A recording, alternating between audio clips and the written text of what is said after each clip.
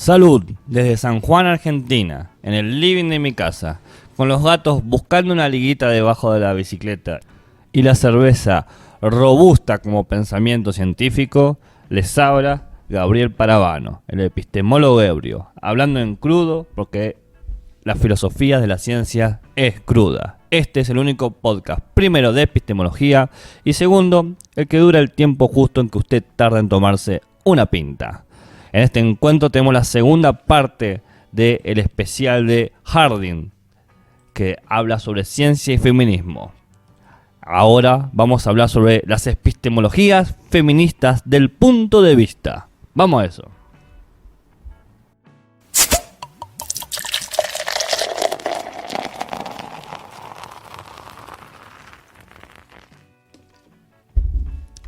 Las epistemologías feministas del punto de vista fundamentan a la ciencia feminista caracterizada en una teoría de la actividad generalizada y de la experiencia social.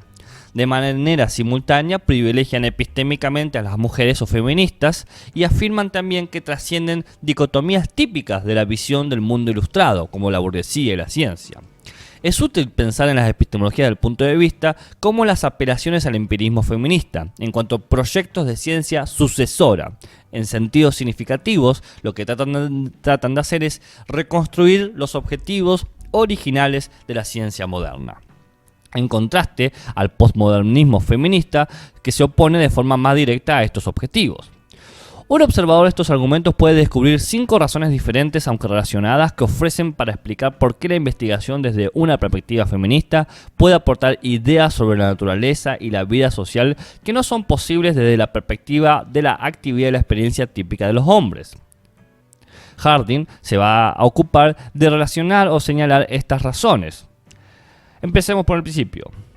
La epistemología feminista de las ciencias naturales, según Hilary Rose, se basa en un análisis post-marxista de los efectos de las divisiones generalizadas de la actividad sobre las estructuras intelectuales. En 2 artículos, Rose ha desarrollado el argumento de que podemos detectar las líneas básicas de la teoría feminista del conocimiento en el pensamiento y en las prácticas de las mujeres científicas y cuya forma de investigación siguen siendo típicamente trabajo de artesano en vez de trabajo industrializado, en cuyo marco se realiza la mayor parte de la investigación científica. El carácter distintivo se muestra en la forma en que los conceptos de la persona que conoce, del mundo que conoce y de los procesos que llegan a conocer reflejan la unificación de la actividad manual, mental y emocional, mano, cerebro y corazón, característica del trabajo de las mujeres en general. Esta epistemología no solo se opone a los dualismos cartesianos, intelecto frente a cuerpo e intelecto frente a sentimiento y emoción, que subyacen a las visiones de la ciencia ilustrada e incluso del propio marxismo, sino que fundamentan la posibilidad de un materialismo más completo, un conocimiento más auténtico que los aportados por cualquiera de los discursos paternales, según Rose. La necesidad de esa ciencia feminista, dice Rose, es cada vez más aguda porque someter al análisis al trabajo asistencial y el conocimiento que nace de la participación en él es crítico para un programa transformador, tanto en la ciencia como en la sociedad, para evitar así una aniquilación nuclear y profundización de la miseria social cuya posibilidad solo irá en aumento. Rose comienza analizando las intuiciones del pensamiento postmarxista sobre el que pueden construirse las feministas.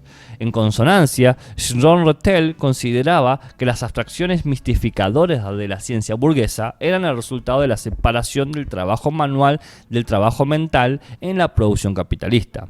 Pero las relaciones sociales abarcan mucho más que la simple producción de bienes del trabajo mental y del trabajo manual y que se asignan estos trabajos a distintas clases de personas. Como Marx, o siguiendo a Marx, Jean Rethel no se plantea qué efecto tiene la ciencia o en la ciencia la asignación exclusiva de un trabajo asistencial en las mujeres. Rose interpreta que sobre este punto los postmarxistas no distinguen los problemas teóricos sociobiológicos a los que se están oponiendo con vehemencia. Tácitamente están haciendo suyo el programa que no es para nada emancipador de la sociobiología, que sostiene algo así como un destino de la mujer que está inscripto en sus genes. Las feministas, entiende Rose, deben explicar la relación entre el trabajo gratuito y el trabajo asalariado de las mujeres para mostrar que sus destrezas asistenciales tienen una génesis social y no una génesis natural, y que los hombres se aprovechan de ellas en el hogar sobre todo, pero también en los centros de trabajo. Rose analiza la relación entre las condiciones de las actividades de las mujeres en el marco de la ciencia y en los marcos de la vida doméstica, y las posibilidades creadas por esta clase de tareas para que las mujeres ocupen una posición destacada como productoras de enunciados científicos menos deformados y más generales. Una epistemología feminista no puede originarse en meditaciones sobre lo que hacen las mujeres en los laboratorios, pues allí se ven obligadas a negar que son mujeres para poder sobrevivir, aunque sigan estando en gran medida fuera del sistema de producción del conocimiento científico, con su fuerza ideológica para definir qué es y qué no es un conocimiento objetivo. Básicamente, se les prohíbe convertirse en sujetos conocedores científicos masculinos, y al mismo tiempo no se les admite que sean lo que son ante todo, mujeres. Rose dice que una epistemología feminista debe basarse en las prácticas del movimiento de la mujer, en su consideración de los problemas biológicos y médicos como la menstruación, el aborto y la revisión y cuidado de salud a cargo de la propia interesada. El movimiento de la mujer funda el conocimiento subjetivo y el objetivo de tal modo que crea un nuevo saber. Lo funde, no lo funda, lo funde el objetivo y lo subjetivo, creando un nuevo tipo de saber. Rose dice que el dualismo cartesiano, el determinismo biológico y el constructivismo social se desvanecen ante la necesidad de integrar e interpretar la experiencia personal del flujo, el dolor y la tensión menstruales. Rose declara que el trabajo a partir de la experiencia de la opresión específica en las mujeres termina fundiendo sus propias prácticas personales, sociales y biológicas. Por lo tanto, la epistemología feminista de las ciencias naturales surge de la interacción entre estas nuevas formas de organización y estas nuevas formas de proyección. Las formas de organización del movimiento de la mujer, a diferencia de las relaciones capitalistas de producción de la ciencia, se oponen a la división de las actividades mentales, manuales y asistenciales entre distintas clases de personas, y su proyecto consiste en aportar los conocimientos que necesitan las mujeres para comprender y manejar sus propios cuerpos. El sujeto y el objeto de investigación ahora son uno solo. La creencia que surge de esta actividad unificada al servicio del conocimiento de una misma es más adecuada que la derivada de una actividad que se divide y que se realiza con fines de beneficio monopolítico y de control social. Esta forma de pensar de Rose deja aún así un vacío en el posible tipo de relaciones entre saber y poder en una ciencia basada en la comprensión de las mujeres y en sus propios cuerpos, y el tipo necesario para que la ciencia feminista cobre suficiente fuerza para reemplazar la física, la química, la biología o las ciencias sociales que tenemos. Rose trata de resolver este vacío ampliando el campo en el que cree que podemos identificar los orígenes de una epistemología feminista mucho más característica. Los orígenes de una epistemología que sostiene la legitimidad de las apelaciones a lo subjetivo, la necesidad de unir los campos intelectuales y emocionales, la sustitución del predominio del reduccionismo y la linealidad por la armonía del holismo y la complejidad. Bueno, esto puede detectarse un poco ya en los trabajos de Foucault, que llamaría él saberes subyugados, ideas sumergidas en la historia de la ciencia hegemónica. Rose se presenta aquí con unas preocupaciones ecológicas mencionadas y elaboradas y ya presentadas por Catherine Merchant y evidentes en las obras de Rachel Carson, o Raquel, vamos a decirlo Raquel Carson, y las llamadas para superar el reduccionismo en pos de una feminización holística de la ciencia, como se evidencia en autores como David Bohm y Fritjof Capra. Podría haber citado, dice Harding, se puede citar acá también la idealización romántica de la ciencia china, que es muy estudiada por Joseph Needham. Pero si hacemos eso, ¿no?, nos suscita una incómoda cuestión de cómo combinamos dicotomías de género como metáforas de otras dicotomías, cómo creamos símbolos de género con las explicaciones que tratan las relaciones sociales entre los sexos como influencia causal sobre la historia, que es un aspecto que Harding no quiere ocuparse, por lo menos no ahora. Es más, esta línea de pensamiento lleva directamente a la desconfianza feminista en las concepciones de la androginia de los hombres que ellos desean para sí mismos. Cuando los hombres quieren la androginia, suelen intentar apropiarse selectivamente de ciertos aspectos de lo femenino para sus propios proyectos, dejando sin cambio a lo que atañen a las mujeres reales. En investigaciones científicas recientes a cargo de mujeres en biología, psicología y antropología, bien, áreas en las que todavía son posibles las formas artesanales de investigación científica en contraste de las formas industriales a las que las mujeres se enfrentan en los laboratorios dominados por los hombres, Rose detecta avances más significativos hacia un materialismo más completo, un conocimiento más auténtico. En todas estas áreas, el pensamiento feminista ha producido nuevas formas de entender las relaciones entre los organismos, las relaciones entre ellos mismos y el medio ambiente. El organismo se conceptúa no en términos de aquella metáfora darwiniana de un objeto pasivo de la selección por un ambiente indiferente, sino como un participante activo, un sujeto determinado o ocupado en determinar su propio futuro. Bueno, esto es algo que también lo vemos en la obra de Fox Keller, ¿bien? En consecuencia, Rose propone que el fundamento de la ciencia y de la epistemología feministas características se encuentran en las prácticas sociales y en los esquemas conceptuales de las feministas o de las investigadoras en áreas de investigación organizadas de forma artesanal.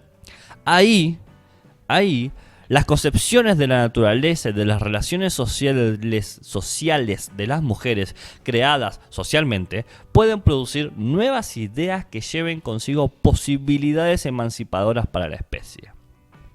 Estas concepciones no tienen por qué ser originales de las mujeres científicas. Indicios de ellas pueden detectarse en los saberes subyugados en la historia de la ciencia. Sin embargo, podemos aventurar algunas observaciones en donde estas ideas no se originan ni expresan ninguna experiencia social y política característica y que están condenadas a permanecer como simples curiosidades intelectuales, como las ideas de los antiguos griegos sobre los átomos, que esperando su nacimiento social en la empresa científica a cargo de un grupo que necesita esas concepciones con el fin de proyectar la naturaleza en su destino y en el orden social. No es posible ayudar a caer en la cuenta de que la idea de los organismos como participantes activos en la determinación de su propio futuro, que descubre en la naturaleza la misma relación que la teoría feminista y que proclama que se permite solo a los hombres o al grupo dominante y que debería existir de igual manera también a las mujeres y que son seres sociales que se hacen en la historia. Pero en este contexto de dominación masculina, los hombres ya han previsto activamente su propio futuro, han determinado cómo pueden participar las mujeres y cómo va a ser el diseño futuro de las mujeres en su orden social, aunque este no esté generizado.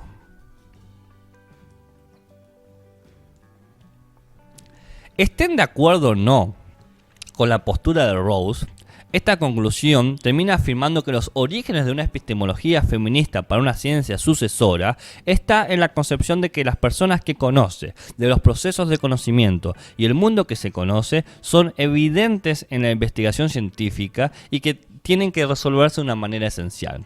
En consecuencia, los enunciados fundamentales de esta investigación se justifican en términos de diferentes actividades y diferentes experiencias sociales de las mujeres creadas para ella en base a una división generalizada del trabajo y de su actividad. Pero esta epistemología mantiene aspectos de la clásica visión científica. Y acá nos encontramos con otro tipo de postulado. La actividad sometida a las mujeres en términos de lo sensual, lo concreto y lo relacional. Siguiendo a Rose, la teórica Nancy Hartsock sitúa los fundamentos epistemológicos de la ciencia feminista en una teoría del trabajo o de una actividad del trabajo y sus efectos sobre la vida mental que tiene claramente influencia postmarxista. Según Hartsock, Son Rettel proporciona claves importantes, pero Hartsock comienza con una metateoría del propio postmarxismo. La propuesta de Hartsock es que hay una visión correcta de la sociedad de clases solo si se tiene desde una de las posiciones principales una clase de sociedad capitalista. Es decir, vos podés ver la oposición de clases si estamos en un lugar privilegiado en ambas clases para poder ver a la otra. Partiendo de las realidades vividas por las mujeres, podemos identificar el fundamento de una teoría del conocimiento que sucede a la epistemología de la ciencia clásica. Tanto para Hartsock como para Rawls, en la división generalizada del trabajo, he repetido varias veces división generalizada del trabajo, que significa que cada trabajo según tu género, ¿bien? Puede descubrirse la razón de la mayor adecuación de los enunciados feministas de conocimiento y la raíz de lo que puede surgir a una sucesora de la ciencia de la ilustración plenamente dotado. No obstante, la ciencia feminista sucesora será claramente anticartesiana, porque trasciende y por tanto se opone a las dicotomías del pensamiento, a las dicotomías de las prácticas creadas por divisiones entre el trabajo mental y el trabajo manual, aunque de una forma muy diferente. Las actividades de las mujeres consisten en actividad humana, sensual y práctica. La actividad de las mujeres está institucionalizada en dos tipos de aportes, o es el concepto que se tiene, ¿no? Un aporte que hace a las mujeres es la subsistencia y la crianza de los hijos. En cuanto a las actividades de subsistencia, podemos decir, bueno, aportan para la producción de alimentos, de vestido y de refugio, que son necesarios para la supervivencia humana. Y en cuanto a la actividad de la mujer o el trabajo que tiene la mujer en el hogar o su salario, lo que hace es ofrecer un poco de incremento a el fondo económico del hogar. Su inmersión en el mundo de la utilidad, en los procesos materiales concretos o en las muchas cualidades cambiantes, parecería ser más completa que la del hombre. Y si la vida consiste en actividad sensual, o la vida fuese lo sensual, la ventaja que tienen las mujeres sobre la base de aportación a la subsistencia representaría una intensificación y profundización de la visión y de la conciencia materialista del mundo que puede tener los productores de bienes en el capitalismo, o una intensificación de la conciencia de su clase. O sea, al examinar las condiciones, más sencillo, al examinar las condiciones de la actividad de las mujeres que están dedicadas a la subsistencia, mayormente se cree que ofrece, por un lado, alguna asistencia en lo material, por ejemplo, producción de alimentos y vestidos, y alguna asistencia en lo reproductivo que está basado en su sensualidad. Y si empezamos a ver la otra parte que se le interpreta a la mujer que tiene que hacer, que es la asistencia de los niños, nos encontramos que las mujeres no solamente producen materiales, sino que reproducen a los humanos, ¿no? Tanto a diario como a largo plazo. Este aspecto de producción de las mujeres pone de manifiesto una inadecuación del concepto de producción que tenemos para describir la actividad de las mujeres. No se produce o no se puede producir a otro ser humano como si se fabricase un objeto o una silla. Al ayudar a desarrollarse a otro, al criar a otro, la renuncia gradual al control que es necesaria, a experimentar límites humanos en la propia acción, que son características fundamentales de la asistencia al niño y que son exclusivamente asignados a la mujer, la experiencia femenina de la reproducción termina representando una unidad de la naturaleza que va más allá de la experiencia del intercambio de objetos. Esta idea de Hartsock, que hemos mencionado, ¿no?, se basa en una teoría feminista de las relaciones objetuales, que está inspirada un poco en Nancy Jodorowsky, para mostrar que las mujeres se hacen y no se hacen, hasta el punto de definirse y experimentarse ellas mismas de forma concreta y relacional. En cambio, los varones nacidos se transforman en hombres que se definen y experimentan de forma abstracta y fundamentalmente aislada de las demás personas y de la naturaleza. A los recién nacidos machos y hembras, aún no generizados, se les configura según unos tipos de personalidad que quieren desarrollar actividades masculinas y que quieren desarrollar actividades femeninas. Las consecuencias que describen esta teoría a las relaciones objetuales son precisamente las que encuentra Hartsock cuando examina la división adulta del trabajo en el género. Lo femenino se ocupa de trabajos relacionales y lo masculino se ocupa de trabajos abstractos. Tanto la epistemología como la sociedad construida por hombres que sufren los efectos de la masculinidad abstracta resaltan la separación y la oposición de los mundos sociales y los mundos naturales, de los mundos sociales y de los mundos naturales, de lo abstracto y lo concreto, de la permanencia y el cambio. Las mismas oposiciones en las que hace hincapié el análisis marxista del trabajo burgués. Por tanto, dice Hartsock, La auténtica oposición a la subyugación y mistificación burguesa no se halla en una ciencia fundada en la experiencia proletaria, porque sigue siendo sobre todo una forma de experiencia de hombres. Se encuentra en cambio una ciencia basada en la experiencia de las mujeres, porque solo ellas pueden desaparecer o anular las separaciones y oposiciones. Que quede claro que lo que dice Hartsock, que la manera en que hemos educado y formado a las mujeres en estos trabajos que suponen claramente una interrelación constante y una unificación que les demanda una postura de trabajar sobre lo concreto y cumplir ciertos requisitos de sensualidad, y que esa demanda constante promueve una cognición relacional, se para en la vereda del frente de lo que se ha establecido producido sobre los hombres que se están educando. ¿Por qué?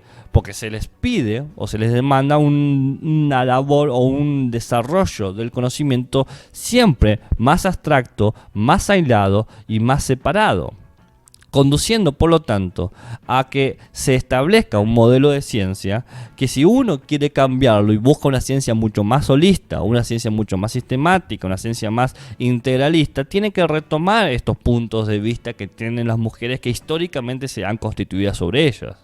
Bien. El punto de vista epistemológico feminista es una posición social interesada en el sentido de comprometida, no interesada en el sentido de sesgada, cuyas condiciones otorgan a quienes le ocupan una ventaja científica y epistémica. La subyugación de la actividad sensual concreta y relacional de las mujeres permite captar aspectos de la naturaleza y de la vida social que eran inaccesibles a la investigación basada en la característica abstracta de la actividad del hombre. La visión fundada en la actividad de los hombres es parcial y es perversa. Perversa porque invierte de forma sistemática el orden de las cosas, sustituye una realidad concreta relacional por una realidad abstracta y aislada. Por ejemplo, hace del peligro de muerte, en vez de la reproducción de la forma de vida de nuestra especie, el acto humano paradigmático. Incluso las feministas de la primera ola, como Simone de Beauvoir, piensan el contexto de la masculinidad en términos abstractos. El hombre, dice Simone de Beauvoir, se eleva sobre el animal al arriesgar la vida, no al dar la vida. Por eso en la humanidad no se otorga la superioridad del sexo que da luz, sino se le otorga superioridad al sexo que mata. Es más, la visión del hombre no es solo falsa porque el grupo dirigente puede hacer que su visión falsa se convierte aparentemente en verdadera. El poder de los hombres para estructurar las relaciones sociales a su propia imagen significa que las mujeres tienen que participar también en esas relaciones sociales que manifiestan y expresan una masculinidad abstracta. El conjunto de restricciones legales y sociales impuestos a la participación de las mujeres en la vida pública hace que sus actividades características perezcan tanto a los hombres como a las mujeres y que parezcan simplemente naturales, simple continuación de actividades como de las termitas o de los simios, como luego van a considerar los sociólogos, y por tanto objetos apropiados para la manipulación de los hombres de lo que ellos perciben como lo natural.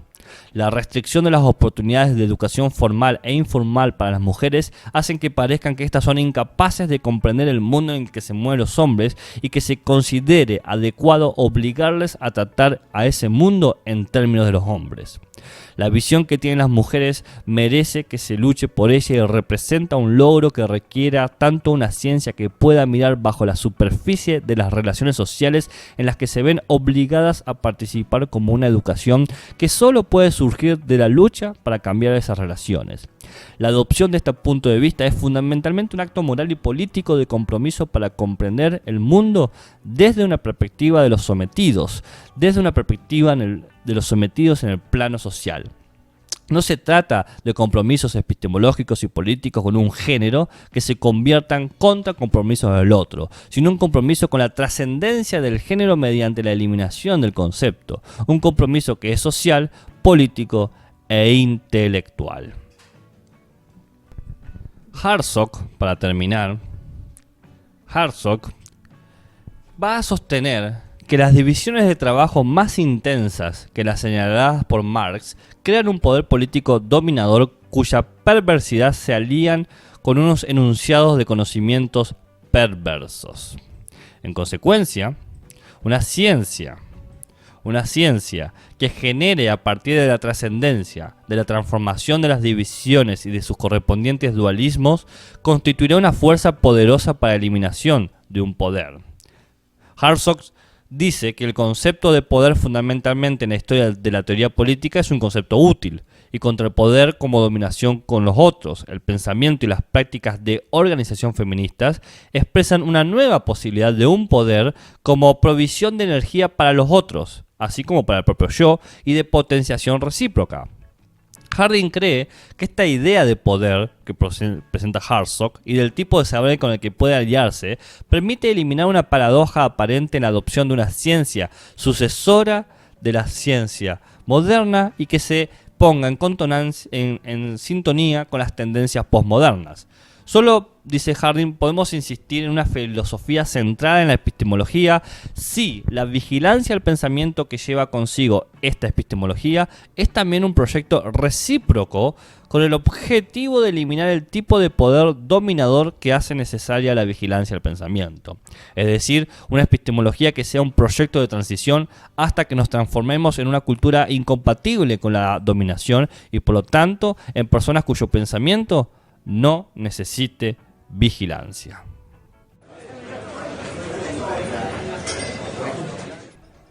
Pasemos a la siguiente sección. Camarero, una cañita para llevar. Una sección de propaganda desvergonzada que cualquiera que aproveche su tiempo debería evitarla.